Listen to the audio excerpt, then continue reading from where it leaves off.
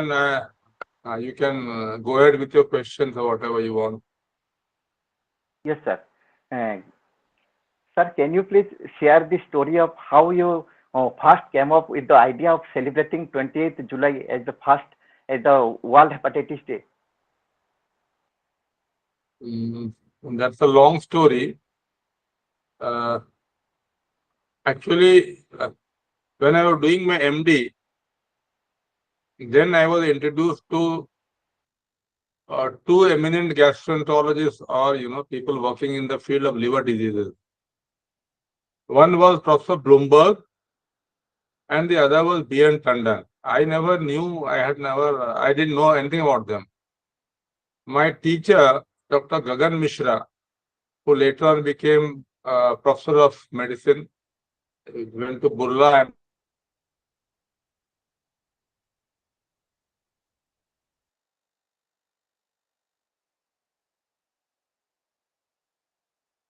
and course change. Uh, there is some connectivity problem. So he made a huge course change in my career. I had always thought that I'll become a cardiologist, but then due to Gagan Mishra, my life changed. I decided to join gastroenterology, and while we were doing MD during the rounds, he would tell us that look, be like Dr. Mathan, VI Mathan of Vellore.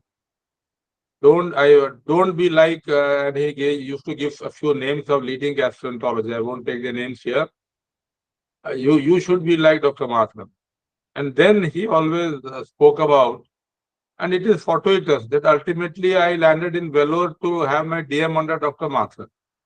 Then he also spoke of Blumberg, and that is how I was introduced to Blumberg. Then later on, when I came to Cuttack, in the meantime in Vellore, I had a needle stick. Those were very tough days. CMC, they were not giving vaccine to any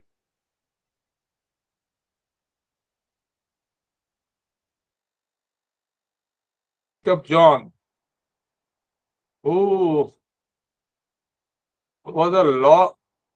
Sorry, I think the intermittently this connection is giving problem today. I don't know why. So he, thought whatever he said was law.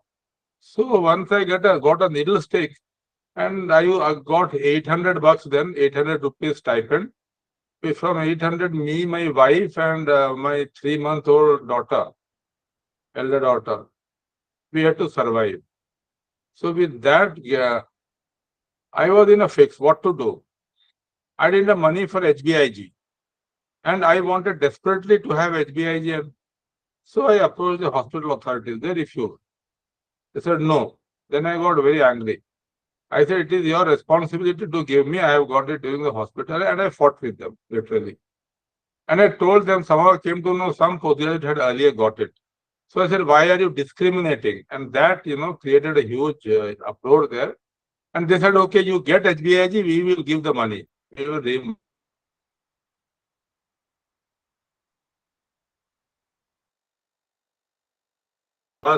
Chennai and somehow got one dose of HBIG. And then, that was a stage when I realized the importance of this, hepatitis B, how important it is that one should be vaccinated, especially healthcare workers. And then when I came here, I found pediatricians were merely doing good business with hepatitis B vaccine. And they used to charge somewhere around between 300 to 500 then for children. And they used to get it, and some people, they would claim that we are just doing it free. And I was not very happy with all this because most people could not afford at that time. I'm talking of, the early 90s. Okay. 400, 500 was a huge amount of money there. So very few could afford that. So I tried to strike a deal with the C&F fellow. And what I got was that in less than 100 bucks, it could be available. 100 rupees, 115 rupees would include whatever my expenses were and everything, nothing free. My expenses also, in the sense that, some vehicle, some syringes and all those things. Okay. But so I went on a drive on a hepatitis B vaccination, drive in Cuttack. When I went for a drive, lot of these pediatricians, they went up in arms. They had a meeting against me. They threatened me legal action. I said, you can do whatever you want. Huh? Luckily, I stay in Cuttack and High Court is only nearby. So fighting the case won't be a problem. Ultimately, nothing happened, but a lot of my vaccination program got derailed. They went from school to school and told them, this fellow is a gastroenterologist. He doesn't know anything about vaccinations.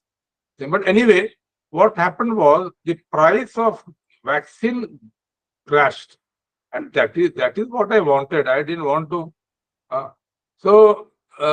Then I realized that at the national level, all are big people, so-called big hepatologists from Mumbai, Delhi, Chennai. All they were interested in was, publishing papers, becoming internationally renowned for their academic work, and boasting about that. But what is our primary duty? Our primary duty is not to, you treat full-blown disease, but mainly to prevent illness. That is our, I think, physician primary responsibility is preventing diseases. And in that field, the doctors had abdicated their responsibility. So in 95, I organized a major conference in Bhubaneswar. And in the inaugural talk in the morning, I said that made a lot of people unhappy that we, the physicians, the hepatologists of this country have abdicated our responsibility and are only busy juggling with the figures and statistics and, boasting about all that. That is not done. We need to do something about this. Then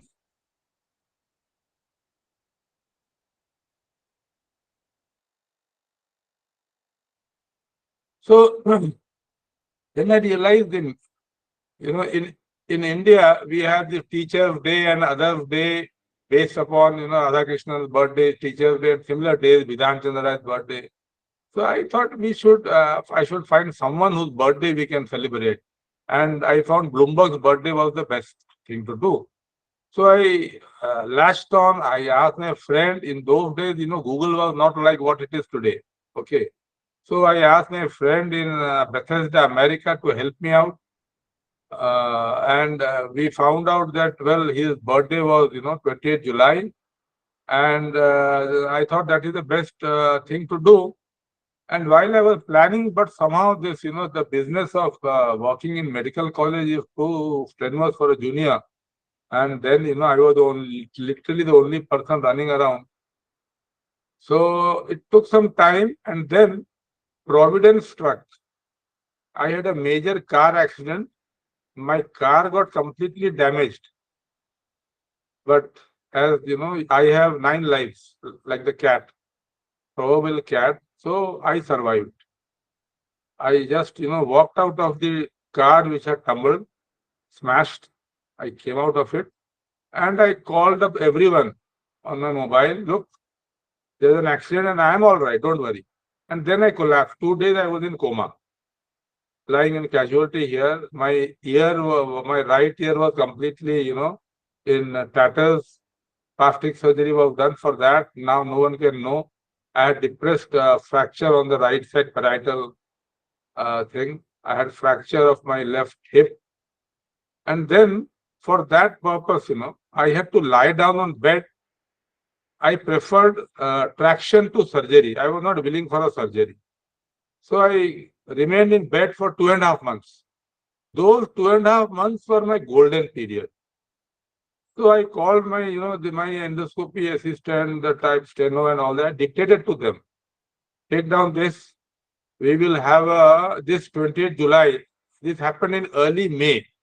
So I organized this painting competition, poster competition, organized the whole thing. Some people promised the funds, but no one gave me a single naya paisa.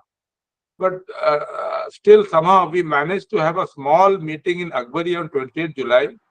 And after 2.5 months, that was my first walk outside my house. I stepped out of my house on 20th July 2001, went to Akbari.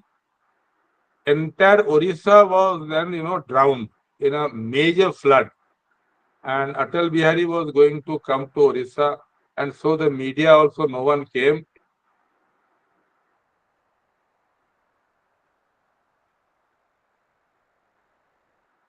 And in that meeting, you can get, you can see a very nice picture. I show every meeting, I show that picture, and with holding a crutch, a walking stick. So that is how it all began. And then we went on doing it every year. Thank you, Pragya. Thank you. You can see Gagan Mishra, the man lighting the lamp. Professor Tripathi is standing. Pediatrician would recognize Professor of Pediatrics Mohini Das there. Shiva Panigrahi, the famous artist who was with us for so many years until a couple of years ago he passed away. He was in all our function ceremonies. And we have Mr. Das from Samaj there standing behind. So this is a very famous picture. And when we sent it to Blumberg, he was so happy that he put it in the archives of Fox Chase Cancer Center. And also in this Nobel Prize website, you will find Cuttack has found a place, SC Medical College. None of, a lot of people say that they'll get a Nobel Prize from our college, but at least, as Professor Siddharth Das is to taunt someone, I won't name. Look, you have not got a Nobel Prize for, from Odisha, but at least Dr. Singh has put the name of the college on the website, right? Nobel website. So that was how year after year we did it. Then in 2000, it took 5 years. I tried hard. Lot of disappointment. The pediatricians didn't want to join hands with me. Government, even today, the government is doing nothing about it. So in 2005, both the Gastroenterology Society, Indian Society of Gastroenterology, and INASL, the Liver Society, I could make them adopt this as a program of the society, asking all the members all over the country to observe this day. And in a lot of centers like Hyderabad, Mumbai, and other places, people started having it even before WHO declared it World Hepatitis Day. Then I have gone to Cairo, returned to so many organizations, and then ultimately World Hepatitis Alliance took notice. And I think it was due to Bloomberg only that, I was invited to go to Geneva. And as already mentioned by my previous speakers, I got a chance to address the world press to impress upon them the need. But only problem was World Hepatitis.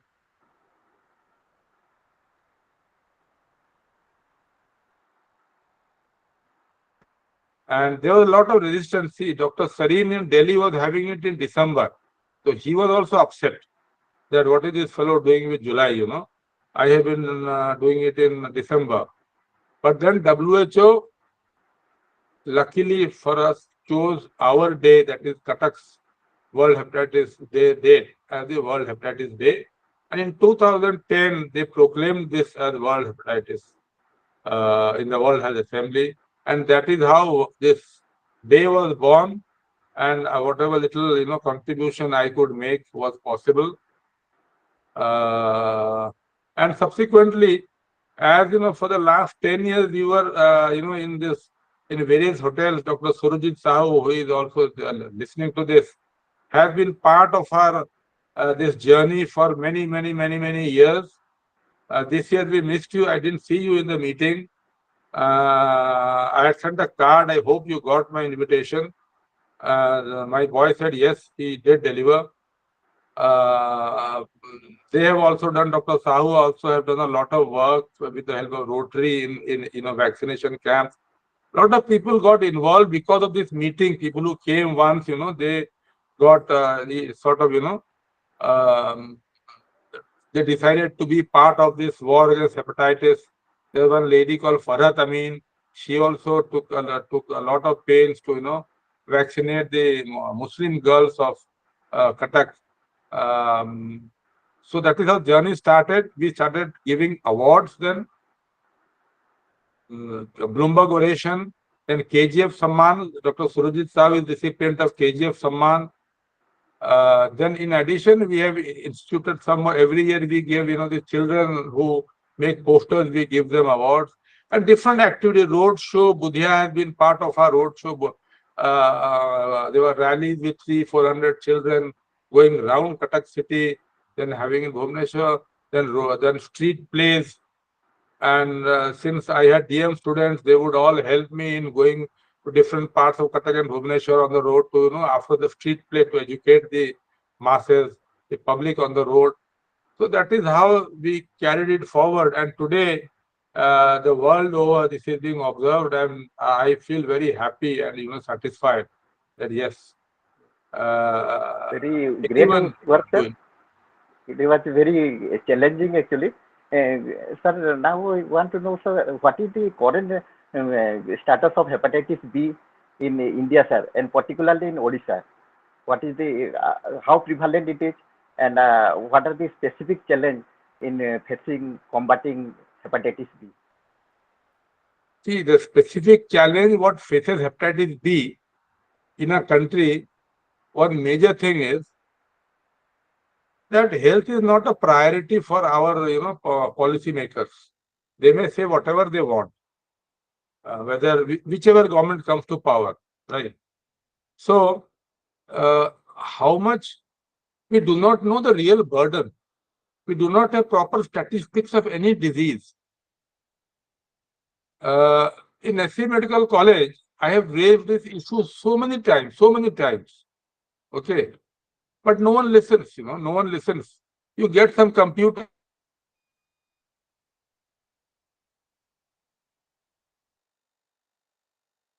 names and female or male and the age and other things. That's all there. But then that is not record keeping. We don't have any record keeping. We have a very shameful record keeping. And with that, and this is when the premier institute SC Medical College. Compare that. I tried here in every meeting of college council and other things to Vellore, in CMC Vellore, what I learned was you need not go very high tech. You can get done anything, with very simple methods. Mind you, in 1990, there was a patient, he said he was admitted in Vellore 20 years ago. So he wanted what hemoglobin was there, what was the peripheral smear comment, he had anemia, a lot of other problems. And mind you, he had just a, number, he had a number with him, card number, that this is his hospital number. And I called up, I called up the medical record department. And within a couple of minutes, they could tell me the hemoglobin and all of the investigations done 20 years ago. Can you imagine that? So, and no computer involved, nothing, right? No Google. Now we talk of cloud and data and whatnot. We talk of artificial intelligence, but basically, our natural intelligence can do most of the things, right? The referral system, in SCB, I want to change it in the pattern of CMC Vellore. They have a, khata sort of, they have just like when you go, for donation, you have a threaded thing, you tear it, one part remains in the notebook and other part goes. Similar thing, I printed one and I gave it to ministers, everyone, that if this is there, then, there's accountability. A referral is made, the person who is, but that doesn't happen. So you don't have any data. Whatever data we have is what little work we have been doing from time to time. Okay. So what that tells us is, in Odisha, the overall prevalence would be around 0.8 to 0.9% hepatitis B. Number one. Number two, if a patient of acute hepatitis comes, then the chances that he has hepatitis B is around, 1 out of 5 is hepatitis B, acute hepatitis B can present. And the rest is A and E. Next is liver cancer. Cancer earlier, 3/4 of liver cancer was due to hepatitis B. Now things are changing. Now, alcohol.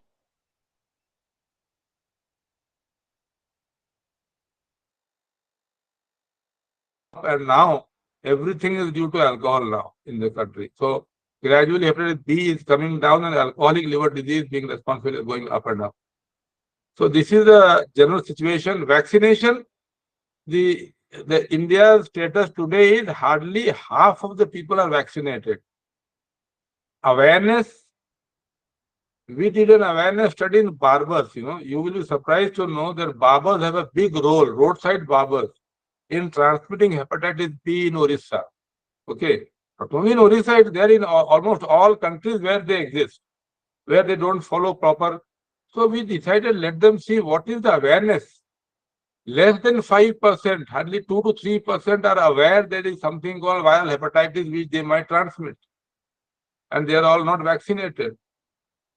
Vaccination, hardly among children, in Odisha, if you take children, because what we practice is something mostly not scientific.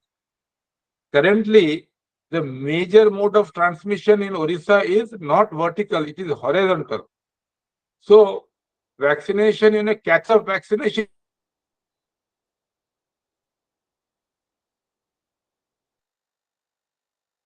vaccinated. That's a very easy way of, catching people. So, this is the problem. And I mean, you want anything specific? Please unmute yourself, Dr. Tushar. Dr. Tushar, unmute yourself. Yes, sir. It is a very significant health issue. But, sir, specifically, what is the role of physician and what is the role of public in controlling or in combating hepatitis B? The role of physician is very important. See, every patient who comes to you for any disease, when we see a patient, we see it only in a piecemeal manner. And I am also guilty for that. I am also guilty. But we should try to vaccinate everyone who comes to us. At least he must get the message. If you can't give the message verbally, if you're a very busy practitioner, you are giving only 2 minutes to a person, right? Then you can at least, the amount we earn, we can spend, one pamphlet will cost you 1 or 2 rupees. We can have at least one pamphlet which tells very boldly, vaccinate. Even poor Amitabh Bachchan had not taken vaccination, Hep B vaccine, and he suffered from cirrhosis. He is surviving because he has a lot of money for emergencies and everything. Something like, you can make your own design, or you can, there are plenty of leaflets. So at least you can educate everyone who comes to you. If someone comes to you, if you have not educated him about vaccination, your consultation is, I think, incomplete, number one. Just like as I say, today, if an obese person comes to you, if you don't tell him to cut down his calories and do exercise, it is criminal. Okay. This is my personal view. Okay. You can convey that in different ways. You can have, small little pamphlets. Please read this. Everyone in your family can read this. Right. This is something you can do. In your locality, there are schools. You can go to schools and, request them to have programs. You can speak in the school to the school children. When we used to do the school vaccination, in Cuttack, in a lot of schools we have done it. It is a very difficult job. Why? As I told you, the pediatricians were after us. Even the public here, the guardians, they think there is this guy making a lot of money. But we were not making a single layer paisa. We were giving all our time. We were not making a single layer paisa. Sometimes we were spending from our own pocket. They would come and charge us, But I was bold enough to tell them, look, I am not making any money and you don't want, just get out. Don't create a scene out here. Okay. And you have to stand in a queue. This is not, something the school is doing. This is our personal, this is a charitable thing we are doing. Right. So then, in the school, we used to give pamphlets to all the children. Question answer. What is hepatitis B? how does it spread? Once it happens, what different things, FAQs which come to the mind. And then we had a form which the guardian would, sign. I agree to vaccinate my child with the vaccine. Only then we would vaccinate. So even whether he got vaccinated or not, the whole school, all the parents got educated about hepatitis B. Now people said, you are advertising yourself. Okay, fine, even if that be so, if I'm advertising, myself. But at least I'm trying to educate everyone in the process of advertising myself.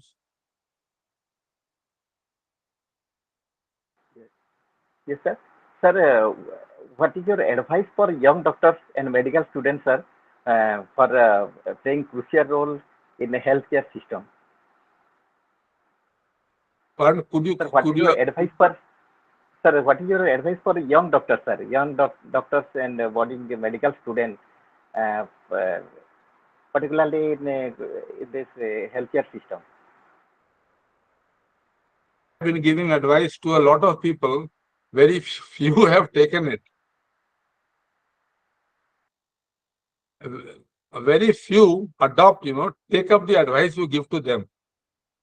I'm not happy about this, but this is the, reality, because a teacher, who might give whatever he thinks is right to the student, but ultimately people have values which they pick up from their childhood, from their parents, their friends.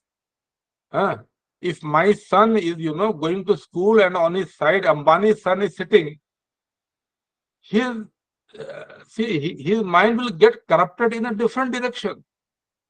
He'll start, he won't think of, So if he's in a good year, supposing my son is sitting with Pragya, okay, then he'll start thinking of social issues, how to, improve the society.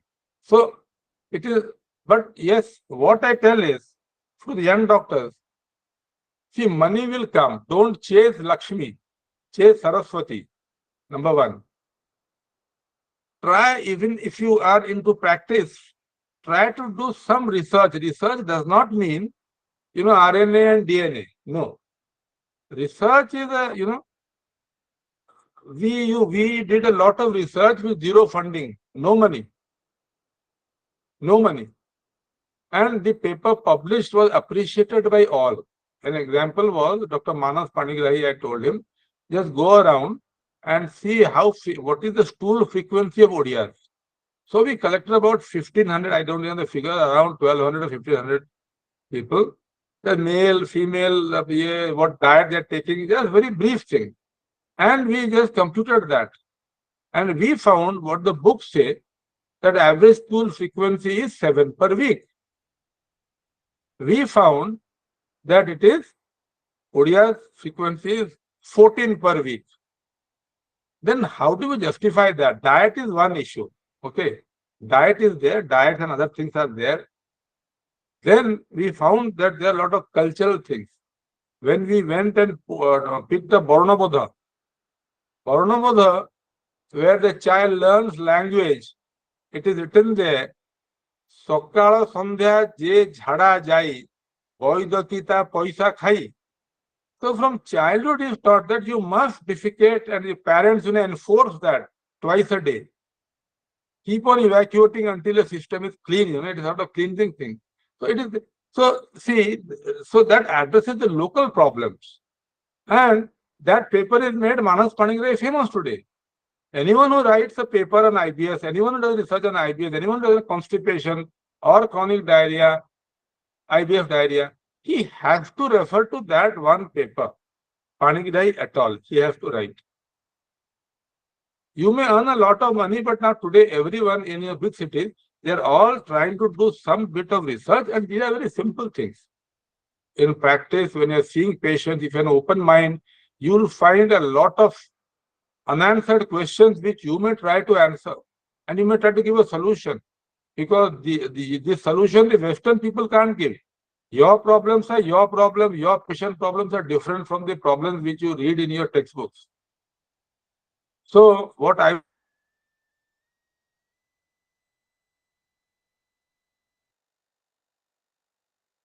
happy on one side, Lakshmi will definitely come. She cannot escape. And in addition, do something for the society where, because I always say that, you must lifelong, you must learn and you must teach. Both the things should not stop.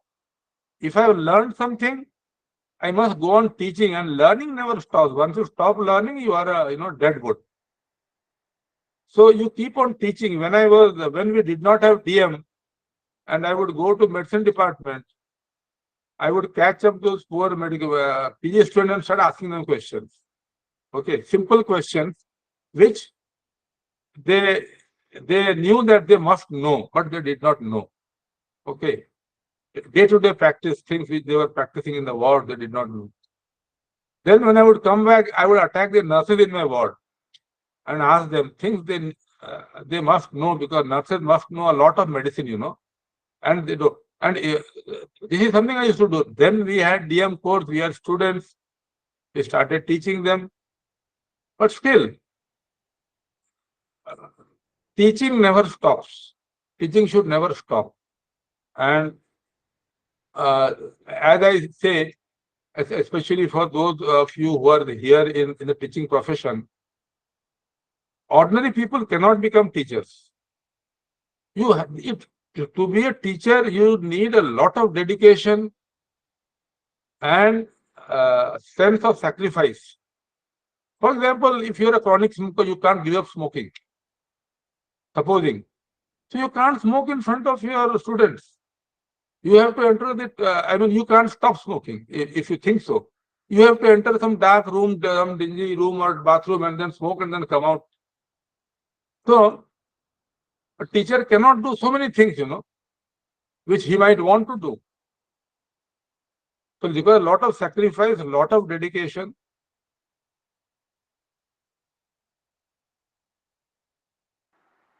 Nice advice, sir. Sir, how do you envision the future of hepatitis B prevention and treatment both globally and in India, sir? See, what I would say is things happen, once upon a time, we thought hepatitis B was hopeless, or C was a hopeless thing. B had something to cheer because, these antivirals came up. The oral antivirus nukes came up. And at that time, we thought this hepatitis C is a hopeless condition. But see, now hepatitis C has become curable. You can cure hepatitis C. Yes, B is a very difficult thing, though we have vaccine. Treating that is very difficult. But still, you never know. Discoveries, inventions happen by chance. You may plan a lot of things. All of a sudden, eureka, and you find something which changes the, complete face of that disease's management. That happened in hepatitis C, and it has happened in so many.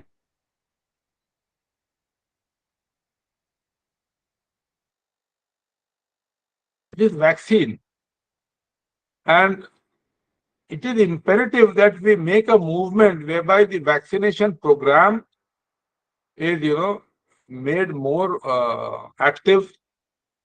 Everyone must know with such poor awareness, so. And see, this year I haven't seen a single advertisement in the newspapers on World Hepatitis Day. The government putting up like they used to do for polio, they used to do for other things. So who is responsible for that? We also have some responsibility.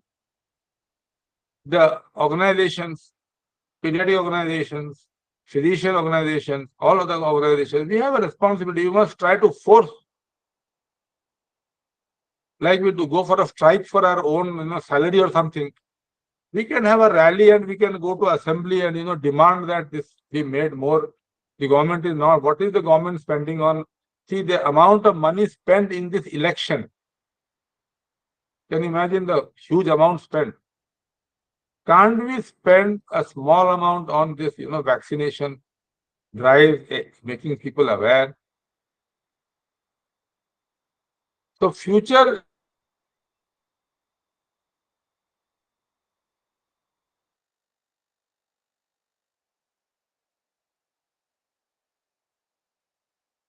So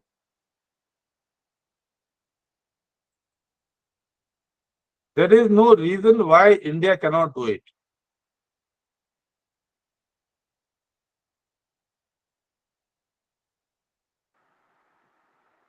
Very nice discussion, sir. Sir, it is now time to sir some questions from audience, sir. Audience can ask questions if anybody has any queries.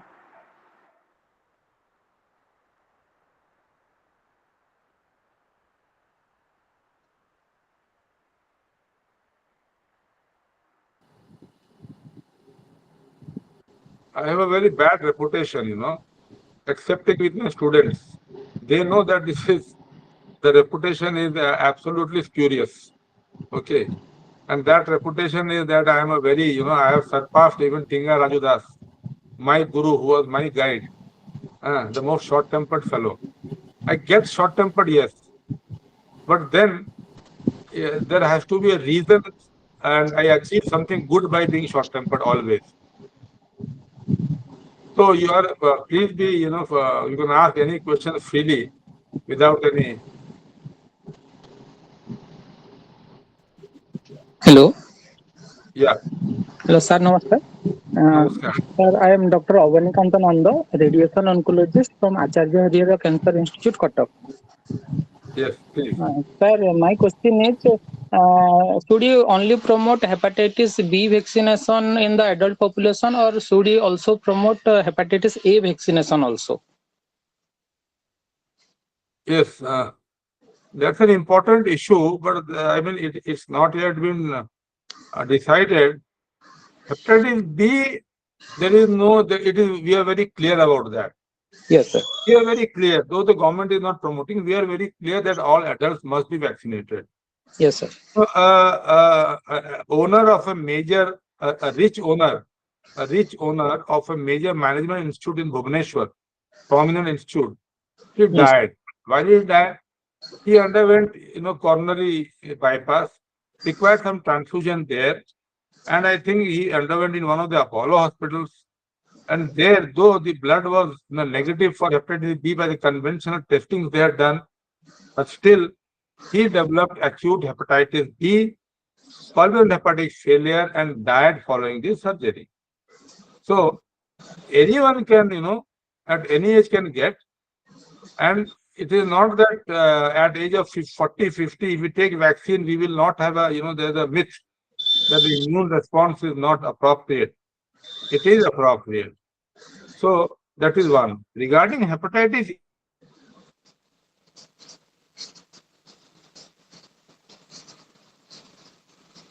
15 years ago, you were around SCB or where, there was a major epidemic of hepatitis A in the Gens hospital in SCB. Yes, yes, sir. There was a lot of problem there, and then I was kept out, I am no one takes me into consideration in any matter, policy matter or any matter inside, Odisha. Outside, I am a superhero, outside Odisha. So the SPM department, the hepatology department, they decided and the students demanded that all of us must be vaccinated. Then one dose of vaccine cost almost 1,000 rupees. Yes. Okay. So they were say around, postgraduates and undergraduates. See, once you give to PGs and undergraduates, then the nurses will also demand. Okay. But even in that case, that required a few lakhs. Okay. Yes. Then, I went to the dean and principal. I said, and I called the students' union leader also. Don't behave in such a stupid manner. Okay. 90% of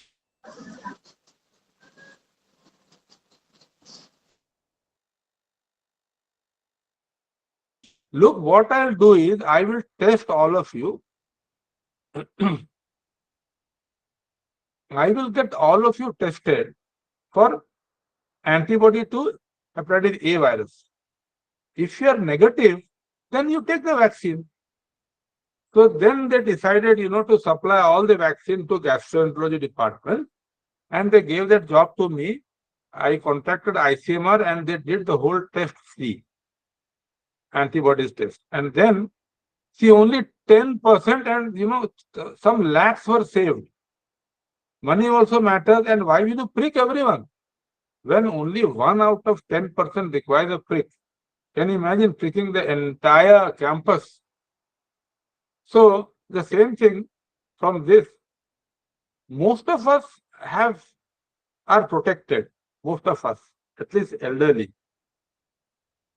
The young people, especially from the upper socio-economic status, may not have the antibodies they might not be protected. Because silently, all of us, almost 90% of adults today, have already been infected with hepatitis A sometime or the other without our knowledge.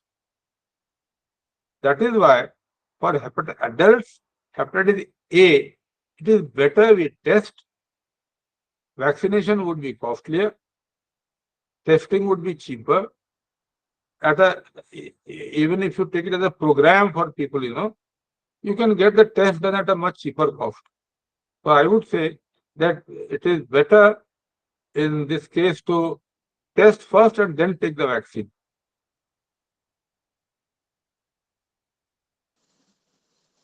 Okay.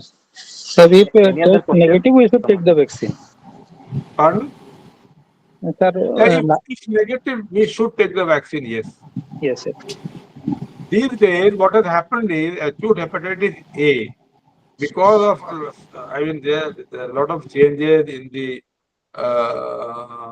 property, in the maybe this virus is different from the ones which were there earlier or whatever. And because, people are unprotected.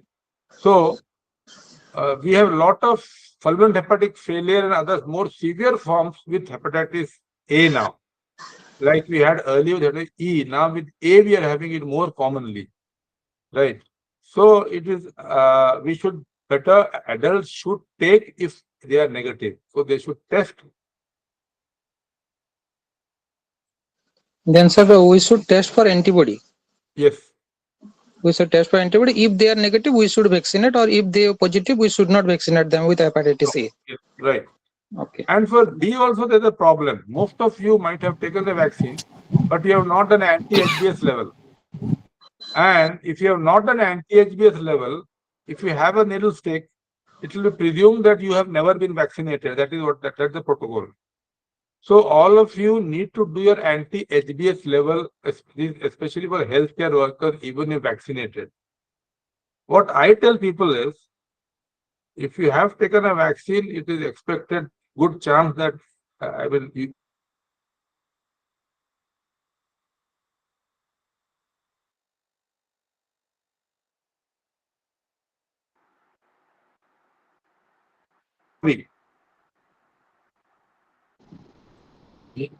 check your anti-HBs after 4 weeks of your taking a shot of Hep B vaccine.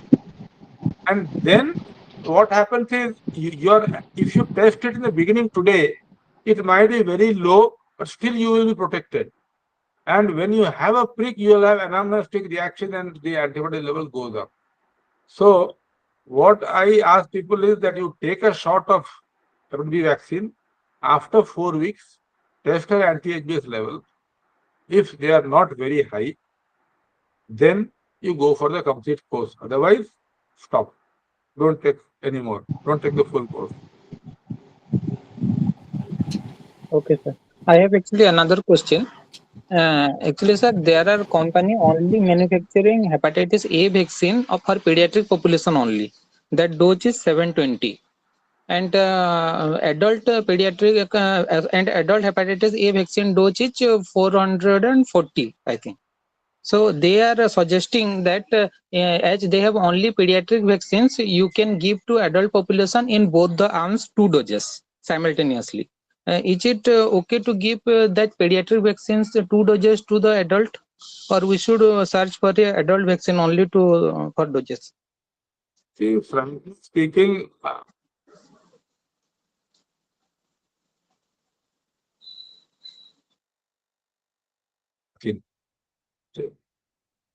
you can use the pediatric vaccine for adults also.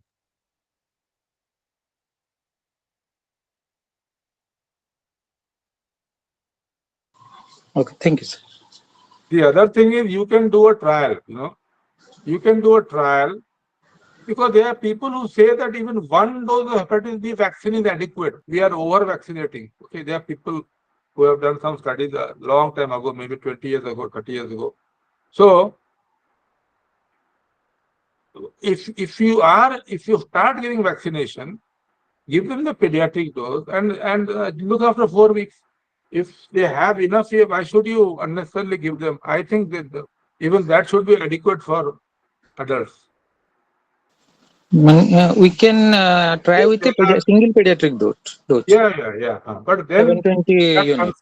consent you have to take from the person, because the person should later on not sue you that you just, instead of you gave me a low dose. Because these days, people are very Yes. problematic. Any other queries? Yes, please. Any queries from anybody else?